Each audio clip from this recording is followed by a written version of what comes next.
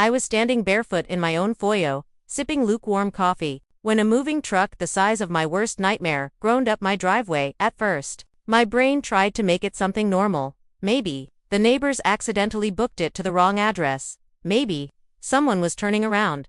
But then the truck stopped dead center in front of my garage, gears grinding, engine idling. The side of it was blank, just white metal and shadows. The passenger door swung open, and out hopped my brother. Let's call him the Golden Boy. Everyone else calls him Justin.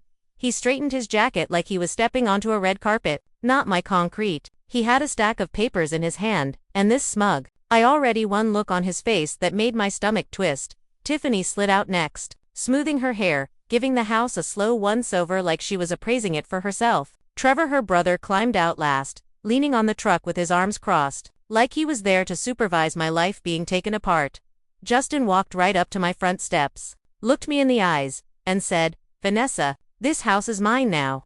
I didn't scream, I didn't cry, I didn't even step back, because what they didn't know was that behind me, just out of sight in the hallway, my closest friend and lawyer Edward was waiting, arms folded, ready for this exact moment. How do you get from clawing your way up to buy a dream villa, to your own brother showing up with a moving truck and forged documents trying to steal it? Let me tell you, and trust me, it's a ride. Before we dive in, if you love story times about standing your ground, family drama, and karma doing what karma does best, do me a quick favor, hit that subscribe button and turn on notifications. It really helps this channel and lets me keep sharing stories like this. Okay, so it all started long before that truck ever touched my driveway. I'm Vanessa, 32, and I'm a fund manager in Knoxville, Tennessee. Which sounds glamorous, like I'm in some glass tower yelling buy, sell, all day, but in reality, it's spreadsheets, stress, and way too much coffee. My 20s were a blur of asterisk. Late nights in a too-cold office, asterisk cold takeout in front of 3 screens, asterisk client calls at hours. No human should be awake. I missed vacations, family trips, and more than a few birthdays. I didn't get a normal carefree 20s. I got risk models, market swings, and the constant fear that if I messed up, it would all evaporate, but it paid off. 2 years ago, I bought my dream home, a modern villa on a hill overlooking Knoxville. Big glass windows, clean lines, stone, and wood, an open kitchen, a ridiculous bathtub. I actually cried in the first night I used it. When I signed that deed, I remember standing in the empty living room, my footsteps echoing, thinking, asterisk, I did this. Nobody handed this to me. This is mine. Asterisk, not ours, not the family's. Mine. I wish that detail mattered more to the people who share my last name, because to my family, my villa wasn't my sanctuary, it was a shiny prize they thought they were automatically entitled to. To really understand how we got here, you need to know my cast of characters. There's me. Then there's the Golden Boy, my younger brother, Justin, 27, freelancer, which is a generous way of saying he jumps from gig to gig and rarely follows through. 1 month he's a videographer, the next he's a social media consultant. Then he's a DJ. It's not that creative careers are bad, it's that Justin quits the second things get hard. And my mom, Susan, always swoops in with money, excuses, and emotional bubble wrap.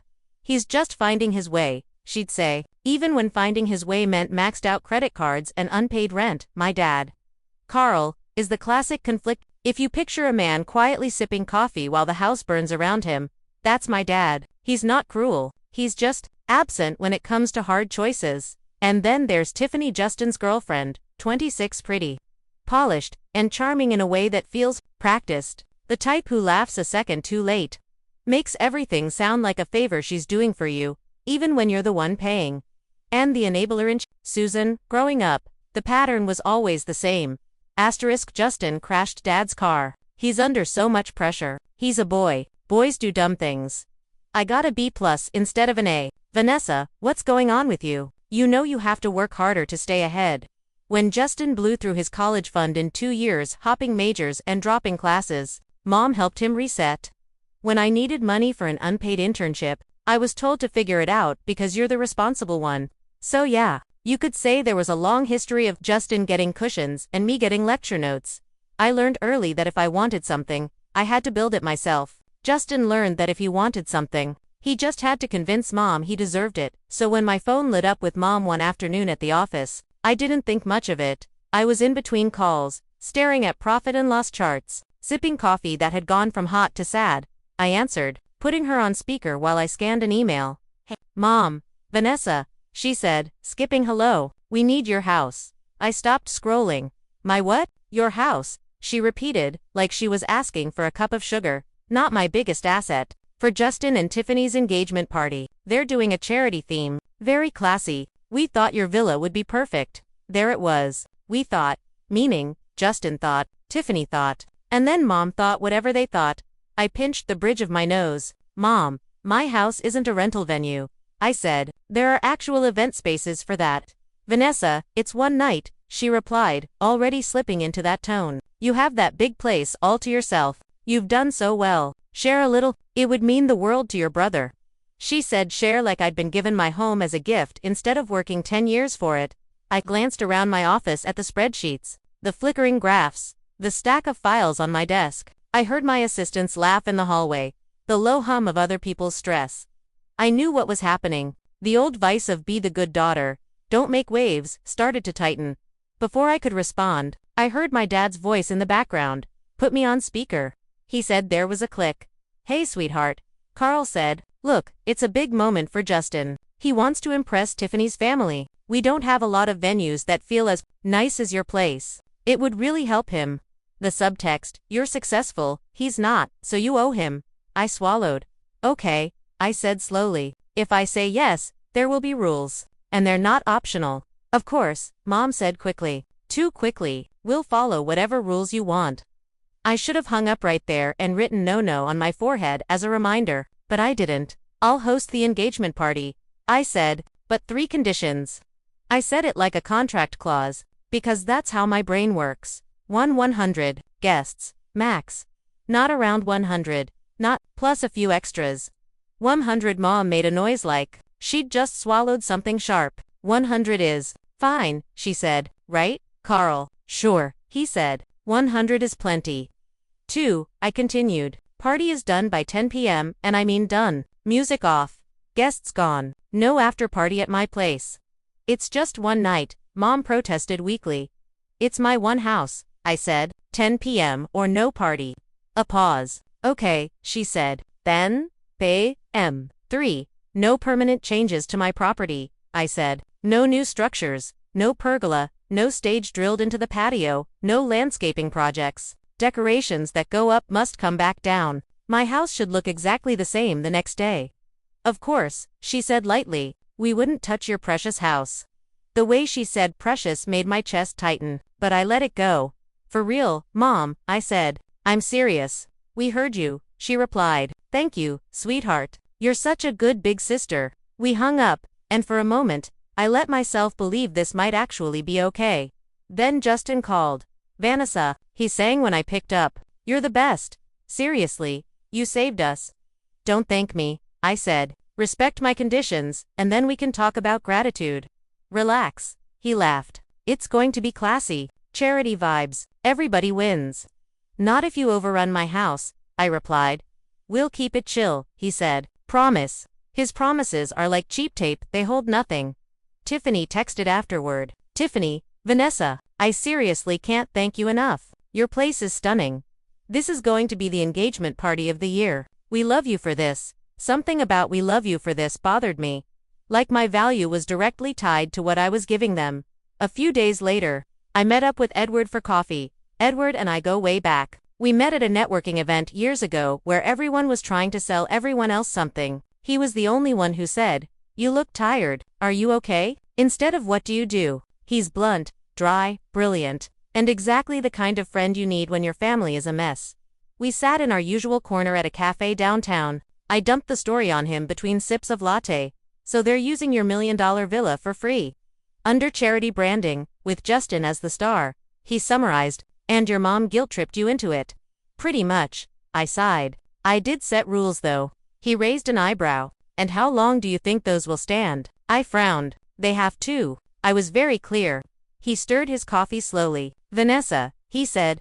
"I say this with love. Your family has never once respected your boundaries without consequences attached. If you don't put this in writing, they're going to walk right over you." "It's family," I protested. Even as the word tasted stale in my mouth. I can't make my brother sign a contract to use my house for one night. That's harsh. You're a fund manager, he replied. You lock down millions of dollars with contracts every day. But you're going to leave your actual house to a verbal deal with the golden boy. I stared at him. He shrugged. You know I'm right. Of course he was. I'll think about it, I said finally. Think fast. He replied. I wish I'd moved even faster. The first red flag arrived as a phone call from the caterer. Hi Vanessa, it's Melissa from Magnolia Catering, she said brightly. Just confirming our head count 150, right? My stomach dropped. Sorry, did you say 150? I asked. Yes, she said. We were told to prepare for 150 guests, plus staff. Is that not correct? No, I said. No, it's not. The limit is 100. You are not to shop, prep, or bill for more than that. She sounded uneasy. Well, Tiffany was very insistent. She said your brother already approved it. My brother doesn't own the house, I said. I do. 100. Final. When we hung up, I called Justin immediately. Why is the caterer prepping for 150? I demanded. He laughed. Sis, relax, he said. It's just an extra +1 here and there. You can't control every single thing. Yes, I can, I said. It's my property, my liability, and my rules. We agreed on 100. Call them back and fix it. You're being so rigid, he said. It's just a party. No one will even notice. I notice, I said, and that's enough. He sighed exaggeratedly. Fine, I'll talk to them, he said, in that tone that says, I won't. And what are you really going to do about it? Then came an email from Tiffany. Tiffany. Hey Vanessa, tiny thought to make the backyard magical. What if we add a pergola plus some updated landscaping? My friend S. fiance is a designer and can do it cheap or free for us in exchange for photos. It would make your yard neck and OFC you get to keep it all after. I stared at the screen. Incredulous. They were trying to sneak in permanent changes under the guise of helping me. No permanent changes. No pergola. No landscaping. We already agreed on this, she replied almost instantly. Tiffany, totally get it. Just wanted to offer. The smiley at the end made me want to throw my phone. Later that week, at the office, my coworker Barbara stopped by my desk. Barbara is the kind of woman you want in your corner. Sharp, perceptive, allergic to bullshit. She does side work with event suppliers sometimes, so she hears things. You have a second? She asked. Sure, I said, pushing my chair back. She leaned in a little. One of the rental guys I know mentioned Tiffany, she said. He didn't know we worked together, he was just ranting. Said she was talking about your place like they're going to be using it long term. My shoulders tightened. Long term? Yeah, Barbara said. He said. She joked. Once we're in there, we're never leaving, and Justin laughed. The guy thought she was weird. Honestly, I felt my stomach twist. Could be she was just talking trash, Barbara added. But you should watch your back with that one. My mind immediately went back to Edward telling me to get something in writing. I nodded. Thanks for telling me, I said. As she walked away, I sat there, staring at the spreadsheet on my screen but not really seeing it. I thought about all the times my boundaries had been treated as suggestions. I thought about Susan's voice. You've done so well. Share a little. Something ugly was brewing. I could feel it. But the thing that finally snapped the last thread of maybe I'm overreacting wasn't from a vendor. It was from my cousin. A couple of Sundays before the party, I went to my parents' house for lunch. I don't know why. Habit, maybe. Hope, that sad little belief that if I just show up, maybe things will be normal. We did the usual, roast chicken, Susan fussing about nothing, Carl, watching the pregame show, Justin, on the couch, Tiffany glued to his side, Trevor scrolling on his phone like he was at a bus stop, not in someone's home. After dessert, my cousin Tracy caught my eye.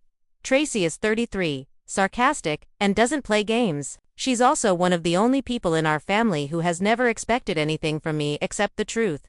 Come outside with me for a sec, she murmured. We slipped onto the back porch. The late afternoon light made everything look almost peaceful, which felt like a joke. She shut the door softly behind us. What's up? I asked. She took a breath. I wasn't sure if I should tell you this, she said, but I wouldn't forgive myself if I didn't. Instant anxiety. Tell me what? I asked. I was at the Copper Fox last night, she said, met some friends from work, and guess who I saw in a booth near the back? I didn't have to guess. Justin, I said. Justin, she confirmed, with Tiffany and Trevor. My chest tightened. Okay, they didn't see me, she said. The place was crowded, loud. I was close enough to hear bits of their conversation, though I waited. Justin said, and I'm going to quote this exactly once we pull this off. The house is ours, she said. The world went a little blurry at the edges. He was talking about my house. I asked, pointless question or not. Yeah, she said. Yours. He said something like, she can't keep that place forever. It makes more sense for us. We're starting a family. I felt like I'd swallowed ice. What else? I whispered. Trevor said he could handle the paperwork. Tracy continued, I've done it before, he bragged. They started talking about forging documents, transfers, signatures. I don't know all the legal terms. But it was bad, Vanessa. They think if they put together enough official-looking paperwork and push the family property angle, they can bully you into accepting ITOR, at least create enough confusion. I just stared at her. And Tiffany. Tracy hesitated. She said something about being pregnant. My stomach lurched. Pregnant, she said. Once the baby's here, Susan will force Vanessa to do the right thing, Tracy said, her lip curling. But then she ordered another round of cocktails. And then another, 3 total. All strong. No hesitation. I've been pregnant. That's not how pregnant women act. The porch suddenly felt too small. You're sure she said that? I asked. I'm sure, she said. I remember her exact words because they made me want to throw my drink at her. My heart pounded in my ears. My brother. My blood. Sitting in a bar, planning to forge documents to take my home. Tiffany using a fake pregnancy as leverage. Trevor bragging about fraud, like it was a party trick. I wanted to walk right over and confront them, Tracy said. But I knew they'd deny everything. Twist it, make you the crazy one. So I planned to tell you instead. I felt this weird mix of nausea and clarity. They're not just being inconsiderate, I said slowly. They're plotting. Yup, she said. And Susan. I don't know if she knows the details, but she's primed to be on their side. You know how she is with Justin. There was a pause where all you could hear was the neighbor's dog and a car passing. What should I do? I asked. Voice smaller than I liked. Tracy didn't hesitate. Get receipts, get legal, and don't be alone with them when you say no. All right, I'm going to pause the story for a second and ask you this.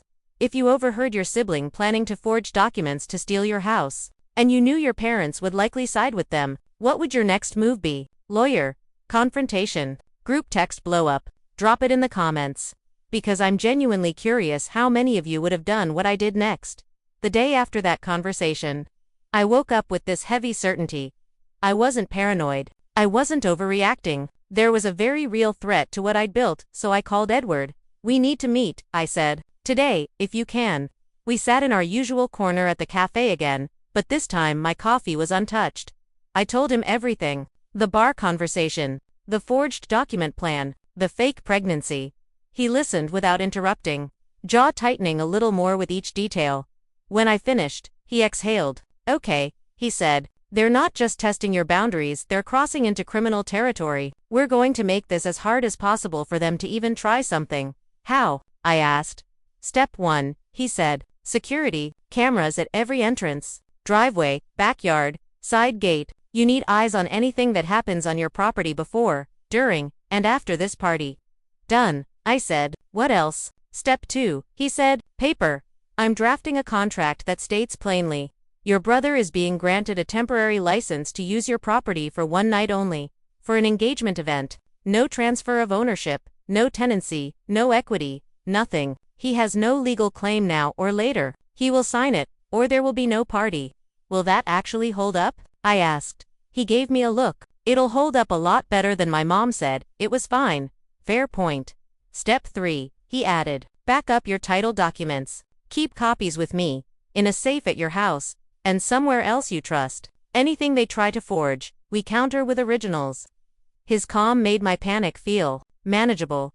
That afternoon, I called a security company. The technician walked my property with me, talking about angles and blind spots.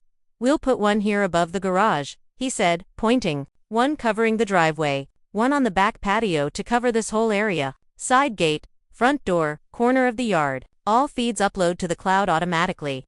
Can I access it from my phone? I asked. Yep, he said. Live and recorded. Motion alerts to that night. When I lay in bed watching the live feeds on my phone, the black and white glow. The empty driveway, the quiet backyard, I felt both creeped out and safer.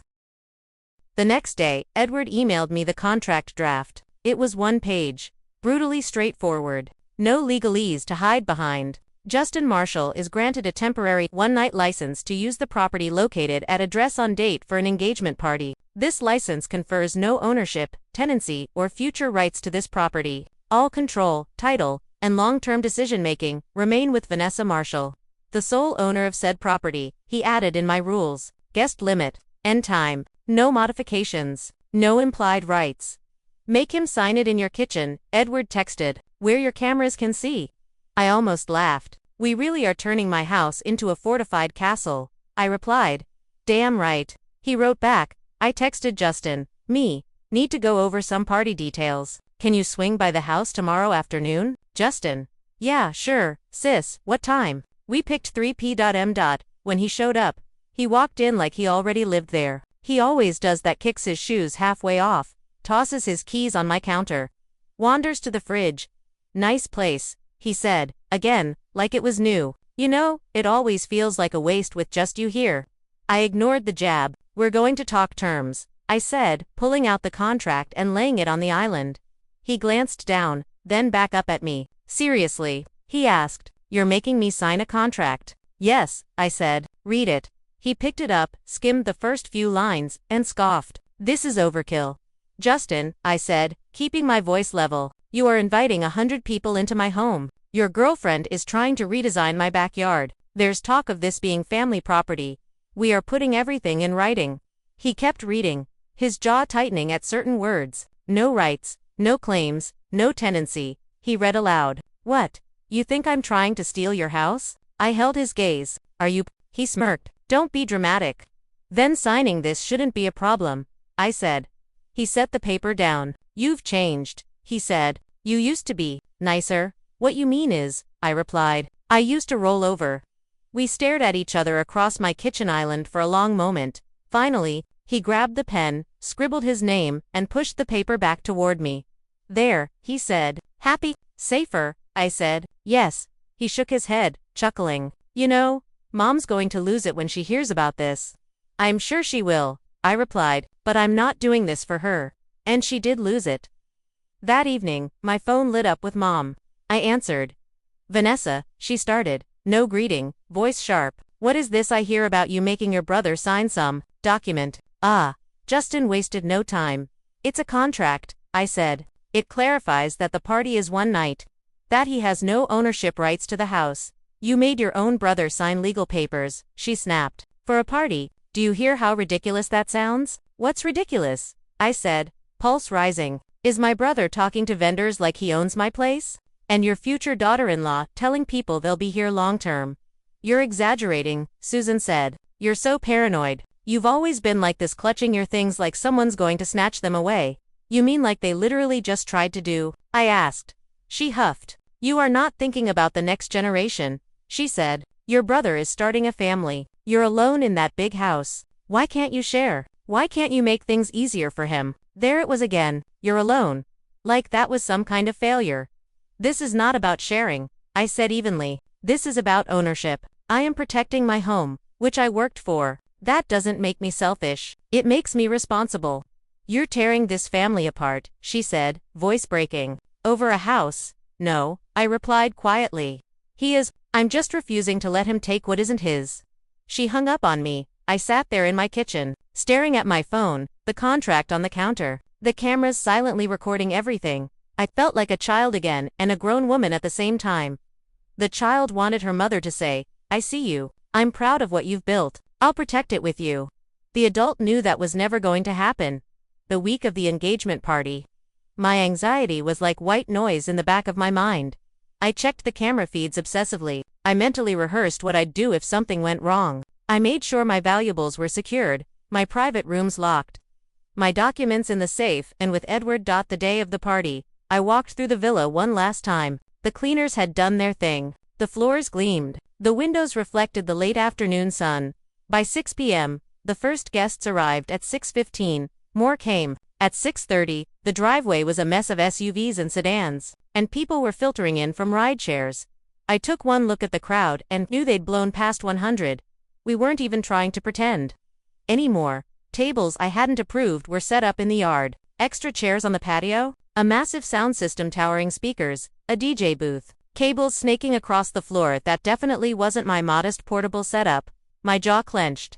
I walked outside, heels sinking slightly into the grass. The air buzzed with chatter and music and that fake laughter people do at events when they're trying to sound more important than they feel.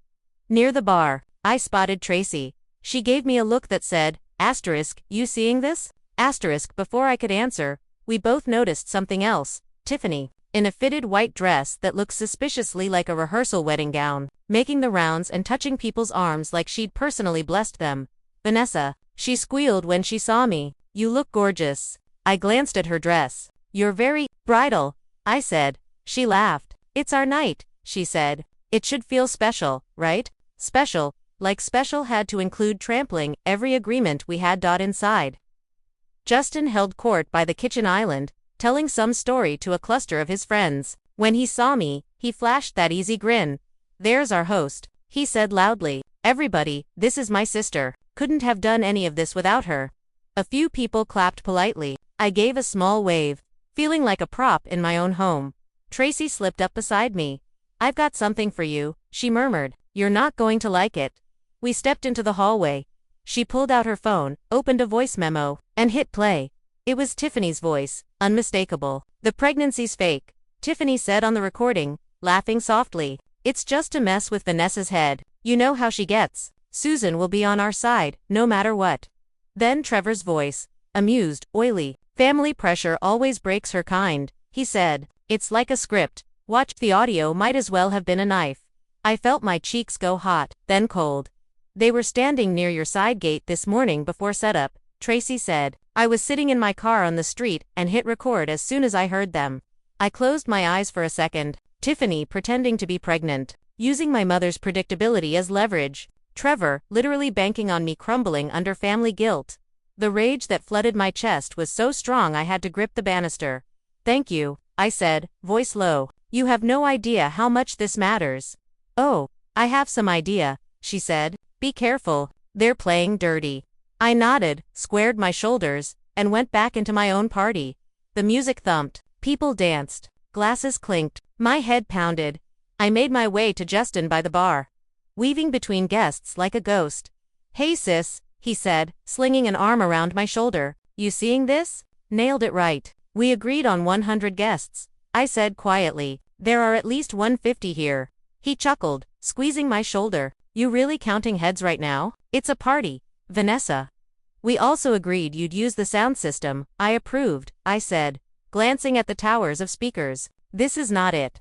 He took a sip of his drink. We upgraded, he said. Chill, you're too uptight. I am in my own home, enforcing my own rules, I said. That's not uptight. That's called having boundaries. He rolled his eyes. Here we go, he muttered. And Tiffany's pregnancy, I added. You want to tell me if that's real or just another tool to control me? His smile faltered. What? I heard the recording, I said. Her telling Trevor it's fake, laughing about messing with my head. He looked away, jaw flexing. You're overreacting, he said. You always take everything so seriously. This is my house, I said, anger finally seeping into my voice. You invited too many people, ignored my conditions, lied to vendors, and your girlfriend is faking a pregnancy to manipulate our mother into helping you pressure me. In what world am I the one overreacting? He held up his hands. It's just a party, he said. Can you not do this right now? You're spoiling our night. Then you shouldn't have built your night on lies, I snapped. Right then, like some kind of twisted stage director, Susan appeared. Vanessa, she hissed, grabbing my elbow. What is wrong with you? I stared at her. What's wrong with me? I said. They're the ones breaking every rule we agreed on. It's for charity, she said, as if that canceled everything. Can't you let it slide for one evening? Your brother is trying so hard. Look how beautiful everything is. I gestured toward the crowd. Beautiful for who? I asked. You realize they invited 50 more people than we agreed, swapped out my sound system, are moving my furniture, and your future daughter-in-law is pretending to be pregnant to get you on their side. Stop, Susan said sharply. You sound insane. Tiffany wouldn't lie about something like that. She already has, I said. I heard her. She's emotional, Susan replied. You're twisting things. I swear, the more money you make, the colder you get. You're alone in that big house, and instead of sharing your blessings, you hoard them. There it was. Alone, cold, hoarding. I spent a decade earning this, I said, my voice shaking now, not from weakness but fury. How dare you talk about it like it just fell into my lap? You're ruining his night, she said. I hope you're happy. She walked off without waiting for an answer. Carl hovered in the distance, watching but not stepping in. Classic. I stood there in the middle of my living room, the one I'd saved for, dreamed about, decorated piece by piece, feeling like a stranger in my own life. I looked up at one of my security cameras, just a tiny black dome tucked into the ceiling. Let it record, I thought. Let it all be on tape. Because I knew something then. This wasn't going to end with a messy party and a bad hangover. Something worse was coming. If you were me, would you have shut the party down right then and there? Announced to everyone that the event was over? Told the DJ to cut the music? Kicked them out? Or would you have done what I did, let them think they won for the night? Knowing the cameras and receipts would win you the war? Tell me in the comments. I'm curious which way you lean. I woke up the next morning to the kind of silence that feels heavy. The house was a mess. Cups abandoned on every surface. A sticky ring on the bar where someone spilled a drink and didn't wipe it. Confetti littered the corners like regret. I walked through the space slowly. My mind replayed everything from the night before the recording. The confrontation, Susan's words. I felt wrung out and strangely clear at the same time. They think this is over, I thought. Asterisk, they think I'll stew for a few days, then cave. Asterisk, I made coffee, sat at my kitchen island, and opened my laptop to start a new document. Title, asterisk, summary of events. Justin Per. Tiffany House, asterisk. I started typing everything I could remember. In order. Every broken agreement, every lie, every vendor call, every warning Tracy and Barbara gave me. I didn't know yet exactly how I'd use it, I just knew I would. Around 8 a.m., my phone buzzed. Alert, driveway motion detected. I grabbed it, opened the security app, and there it was again. A big white moving truck rolling into my driveway like a bad sequel. My heart started pounding, but my hands were steady. Justin hopped out of the passenger side, sunglasses on. Tiffany climbed down carefully, wearing leggings and a sweatshirt, hair tied up but makeup still carefully done. Trevor slid out last, expression bored. The human version of a shrug. Justin had a thick stack of papers in his hand. I texted Edward. Me. They're here. Moving truck. Papers. Edward. On my way. Don't let them inside. I put my mug down, straightened my shoulders, and stepped onto my front porch. The morning air was cool. Birds chirped. It would have been peaceful if my brother wasn't walking toward me like a villain from a low-budget movie. Vanessa, he called. Good. You're up. We're getting started. Started on what? Exactly, I asked, leaning on the doorframe. He stopped a few feet away, lifted the stack of papers like a trophy. On moving in, he said, "This house is mine now." There it was, said out loud. No pretense. That's not how any of this works, I replied. He laughed. You really think you can cling to this place forever? He asked. It's family property. It should be for the ones starting families, not for you to rattle around in by yourself. Ah yes, though you're alone. Therefore, your things are community, property, logic. Where did you get that idea? I asked. He waved the papers again. Right here. Legal transfer documents. Trevor handled everything. We've already talked to Mom. She gets it. Of course she does. Tiffany stepped forward, putting on her concerned voice. We're not trying to be mean, Vanessa, she said. We just want what's fair. You've done so well. You could always get another place. This one isn't meant just for you. It's meant for a family. That family is me, I said. I am a family. Of one. That still counts. Trevor leaned against the truck, watching, saying nothing. You're trespassing, I added. The contract you signed says you have no claim to this property, no tenancy, no rights.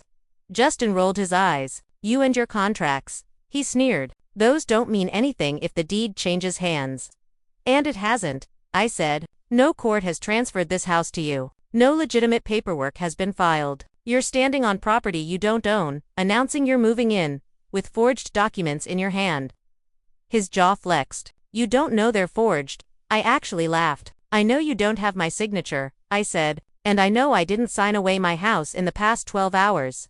So unless an angel descended from the county records office and blessed you. Right then, Edward's car turned into my driveway. He stepped out in a crisp shirt and blazer, holding a folder, his energy a completely different universe from Justin's sloppy bravado.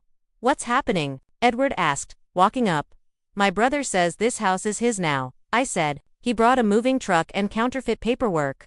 Let me see, Edward said, holding out his hand. Justin hesitated. Who are you again? He asked, trying to sound dismissive. Her attorney, Edward said, and the only person here who seems to know the law. Reluctantly, Justin handed over the papers. Edward flipped through them, eyes scanning quickly. After about 30 seconds, he looked up. These are worthless, he said flatly. They're not recorded. The legal description doesn't match the property. The signatures are suspect at best. Whoever drafted this either has no idea what they're doing, or they're deliberately faking a transfer. Trevor shifted. You can't just say that, Justin snapped. We talked to people. I am people, Edward said. Specifically, a lawyer, and I'm calling the police. Right now. He stepped back and pulled out his phone. Tiffany's voice went shrill. You're calling the police on your own family? She demanded, eyes wide. You showed up with a moving truck and forged documents, I said. That's not a family visit. That's attempted theft. Justin took a step closer, face red. You think you're better than us, he spat. Just because you have this house, this job, I think I own the house I paid for, I replied. That's it. He opened his mouth to shout something else, but the sound of sirens in the distance cut him off. The police car pulled up behind the moving truck. 2 officers stepped out. Morning, one said, approaching. We got a call about a property dispute. Yes, Edward said, stepping forward. Ms. Marshall here owns this house. These individuals arrived with a moving truck and these documents.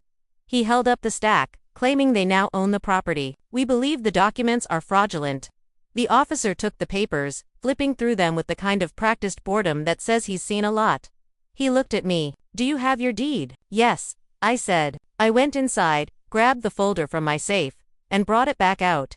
He compared the deed to the fake transfer paperwork, eyebrows lifting slightly. These don't match, he said. The official record has you as the owner, ma'am. There's no legitimate transfer recorded. Exactly, Edward said. Justin stepped forward, agitated. She's twisting everything, he said. This house is supposed to be family property. My mom, the officer held up a hand. This isn't about what your mom thinks, he said. This is about what the law says. Right now, she is the legal owner. You don't have her permission to move in. That makes this trespassing. Tiffany jumped in. We're just trying to start a family, she pleaded. She's got all this space, ma'am, the second officer said. That's not relevant. You can't move into someone else's house because you think they have extra room. That's not how this works. Right then, another car pulled into the driveway. Susan, she got out already crying, like she'd been practicing in the car. Vanessa, she sobbed, hurrying over. What are you doing? You called the police on your own brother. Mom, I said, exhausted. He showed up with a moving truck and forged documents, claiming my house is his. You're making this bigger than it needs to be, she cried. It's just a misunderstanding. We can work this out as a family. One of the officers spoke up. Ma'am, your son is attempting to occupy property he doesn't own, with paperwork that doesn't check out. This is not a misunderstanding. It's potentially a crime. She turned on me, eyes blazing through the tears. You're tearing this family apart, she said, over a building. This building is my home, I said. It's also my life's work, and I'm not handing it to someone who thinks he can just claim it because he has less than I do. You've always been like this, she said bitterly, clutching your things, never thinking about anyone else. It was surreal, standing there with 2 cops, my lawyer, my crying mother, my furious brother, his manipulative girlfriend, her shady brother, and a giant moving truck, and somehow I was the selfish one. The officer cleared his throat. Here's what's going to happen, he said. You, he pointed at Justin, Tiffany, and Trevor, have 10 minutes to leave this property with your truck. If you're still here after that, we will remove you and document this as a trespassing incident. Is that understood? Justin glared at me like I'd personally ruined his life. This isn't over. Little sis, he said, voice low. I met his gaze, steady. You're right, I said. Next stop is court. Trevor muttered something under his breath as he climbed into the truck. Tiffany yanked at Justin's arm, hissing, let's just go. Susan stood there, still crying softly, shaking her head at me like I was a stranger. Carl, of course, was nowhere in sight. In under 10 minutes, the truck backed out of my driveway and rolled down the hill. The police followed. Edward stayed until they were gone. Then it was just us. Me, him, and the echo of everything that had just happened. You did the right thing, he said quietly. I know, I said. It just sucks that the people I'm defending myself from are my own family. If this had happened years ago, I probably would have locked my door, gone to bed, and tried to pretend it hadn't happened. I would have told myself, at least you kept the house. Don't stir up more drama. But I was done playing small to protect other people's reputations while they tried to destroy mine. Edward and I sat at my kitchen table. Papers spread everywhere. We're filing suit, he said. Fraud, attempted theft, breach of contract. We're going to make this expensive and public. The word public made my stomach flip. You mean, like, online? Public record, yes, he said. But I also think you should tell your side of the story. They've been banking on your silence, on your reluctance to make the family look bad. He wasn't wrong, so while he prepped the legal side, I opened a blank post on my laptop. I started writing. My hands shook a little, but the words came. I explained, asterisk, how I'd bought my villa after years of work, asterisk, how my family pushed me to host the engagement party, asterisk, the rules I set, asterisk, the vendors calling about unauthorized changes. Barbara's warning. Tracy, overhearing the bar conversation about forged documents and the fake pregnancy. Edward's advice. The contract, asterisk, the cameras. The overcrowded party. Tiffany's recorded confession. The moving truck. The forged papers. Asterisk, the police. I blurred addresses and personal details. I didn't insult them. I didn't call them monsters. I just shared the facts and a few screenshots. The contract with signatures visible but addresses partially covered. The text threads about guest limits, stills from the driveway camera showing the moving truck with a redacted transcript of Tiffany's fake pregnancy admission, and then I clicked post. At first, there was silence. Then the comments started. I am so sorry this happened to you. This is why I don't lend money to family anymore. They tried to steal your house, and your mom is mad at you. Good for you for standing up for yourself. Text messages rolled in. Friends, coworkers, even some relatives. My Aunt Rachel, who'd always adored Justin, messaged me privately. Asterisk, I thought he was just struggling. I didn't realize he would do something like this. I'm so ashamed. Tracy texted, they're getting roasted in the family group chat. About time people saw what he's really like. Asterisk, not everyone was supportive. A cousin chimed in with, you didn't have to air all this. Family issues should stay private. I ignored her. I hadn't started the fire. I was just done pretending there wasn't smoke. Meanwhile, Edward filed the lawsuit. We had, asterisk, the contract Justin signed. My official deed. Tracy's recording of Tiffany admitting the pregnancy was fake and that she was deliberately manipulating me. Asterisk. Security footage of the party violations and the moving truck incident. Asterisk. Police reports documenting the trespass call. Justin tried some half-baked damage control. He posted a long vague status about misunderstandings and being hurt by people you love, never mentioning the forged documents. Obviously. Tiffany went the full victim route, posting about being attacked by someone who should have been a sister and hinting at losing a pregnancy from stress, which made my blood boil given what we had on tape. But you can't outspin receipts. People weren't buying it. The contrast between their vague emotional posts and my detailed, documented one was stark. By the time our court date rolled around, their reputations were already wobbling. Walking into that courtroom, I felt shaky but determined. I wore a simple black dress, no flashy jewelry. I wanted to look exactly like what I was, a person defending what's hers. Not showing off. Edward was calm, focused, flipping through his notes. Justin and Tiffany sat at the other table. He looked tired and smaller. She looked like she'd spent 2 hours on her makeup, trying to paint on innocence. Trevor wasn't called in for this part directly. This case was focused on Justin and Tiffany's actions. The judge took her seat, and things kicked off. Edward laid everything out systematically. He wasn't dramatic, just relentless. He walked through the timeline, introduced the contract, the deed, the recordings, the security footage, the police report. Tracy testified, clear and steady, about what she overheard at the bar and what she recorded near my gate. The judge listened, occasionally glancing at Justin and Tiffany with a look I recognized from my own face in the mirror. Disappointment. Justin's lawyer tried to argue that He'd believed he had some family claim, and that the paperwork was confusing. The judge wasn't amused. "Mr. Marshall," she said at one point, "you signed a contract acknowledging you had no rights to this property. You then showed up with a moving truck and fraudulent paperwork. That is not confusion. That is intentional." Tiffany, lawyer, tried to paint her as caught in the middle, just following Justin's lead. Then Edward played the audio of her describing the pregnancy as fake and a way to mess with Vanessa's head. The courtroom went very, very quiet in the end. The ruling was clear. "This is a straightforward case of attempted fraud and property interference," the judge said. "The plaintiff's ownership is affirmed. The defendants are ordered to pay her legal fees and additional damages." Justin and Tiffany looked like they'd been physically slapped. They didn't have that kind of money. And word spreads fast in a town like Knoxville.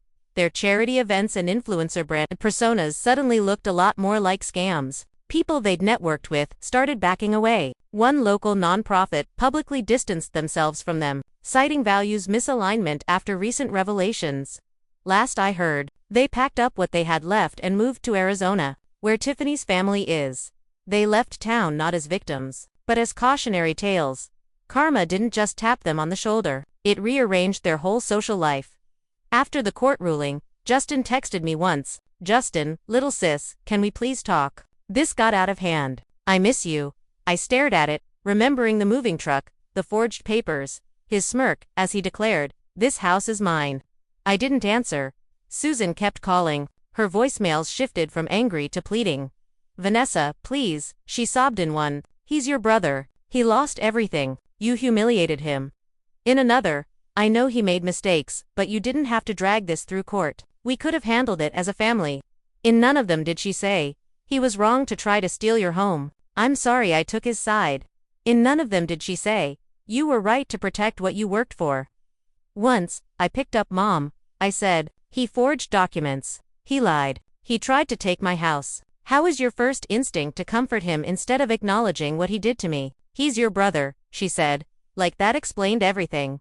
"And I'm your daughter," I replied. "Does that not matter?" Silence. "I can't do this anymore," I said. "I can't be in a family where my safety and stability are negotiable, but his feelings are sacred." "I don't recognize you," she whispered. "I finally recognize me," I said. "That's the difference." I hung up. Then I blocked her number. It hurt. I'm not going to pretend it didn't.